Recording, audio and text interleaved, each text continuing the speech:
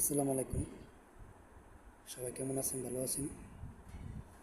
মুসলমান, হিন্দু, খ্রিস্টান, এই পৃথিবীতে যারা আছেন সবাই মানুষ। আর মানুষ মানুষের জন্য হেল্প করে, কেউ কারোর জন্য কষ্ট দেয় না। আমার জীবনে অনেক কষ্ট। আমি এখন সৌদি আরব ছিলাম, মোটরসাইকেল অ্যাক্সিডেন্ট করেছি, কিন্তু আমার অ্যাক্সিডেন্টে আমার দুটো হাত ভেঙে গেছে। আমি 3 মাস কারো চিনতাম না। আমি 3 মাস অজ্ঞান হয়েছিলাম। এখন পর্যন্ত মানুষের নামগুলো বলতে পারি না, কিন্তু সব কিছু ঠিক আছে।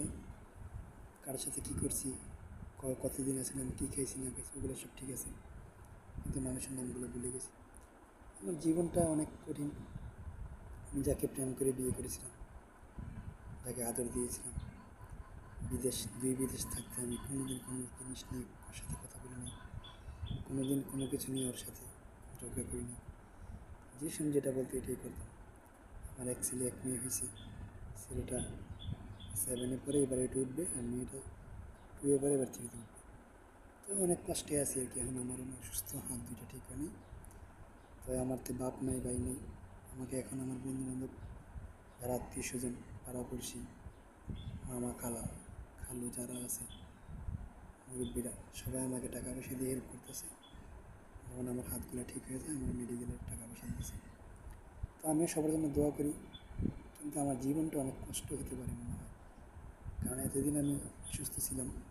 আমাকে সবাই জিজ্ঞাসা করে, মা থাকুক, বোন থাকুক, বাবা থাকুক, যেটা থাকুক, কিন্তু বিয়ে করলে স্বামী অসুস্থ হলে সবচেয়ে বউ আগে থাকতে হবে, কাছে থাকতে হবে, তাকে দেখতে হবে, যত্ন করতে হবে।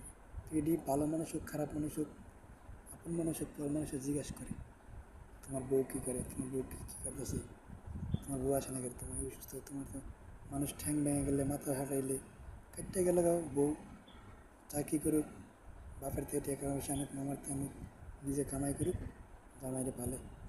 কিন্তু এখন যে তোমার আমি কই না, আমার তো ছেলেমেয়ের পরীক্ষা, এই জন্য বাসায় গেছে। আমি তো নিজের বাড়ি নাই, আমি একটা বাসা ভাড়া নিছি ওইদিকে, আমাদের এদিকে। তাই আমি মানি যাতে আমার সুস্থ হয়ে যায়। সবাই আমার জন্য দোয়া করবেন, আমি যেন আবার মানি অনেক কিছু কাজ পারি, অনেক ভাষা পারি, হিন্দি, আরবি, সৌদি আরবি, ইউনানি, সব ভাষা পারি। ঠিক আছে, ইংলিশও কিছু কিছু বুঝি, বাংলা তো মার্শাল্লাহ পুরো বুঝি। তো এটাই হচ্ছে আমার নিয়ম। তো সব ভালো থাকবেন। আসসালামু আলাইকুম।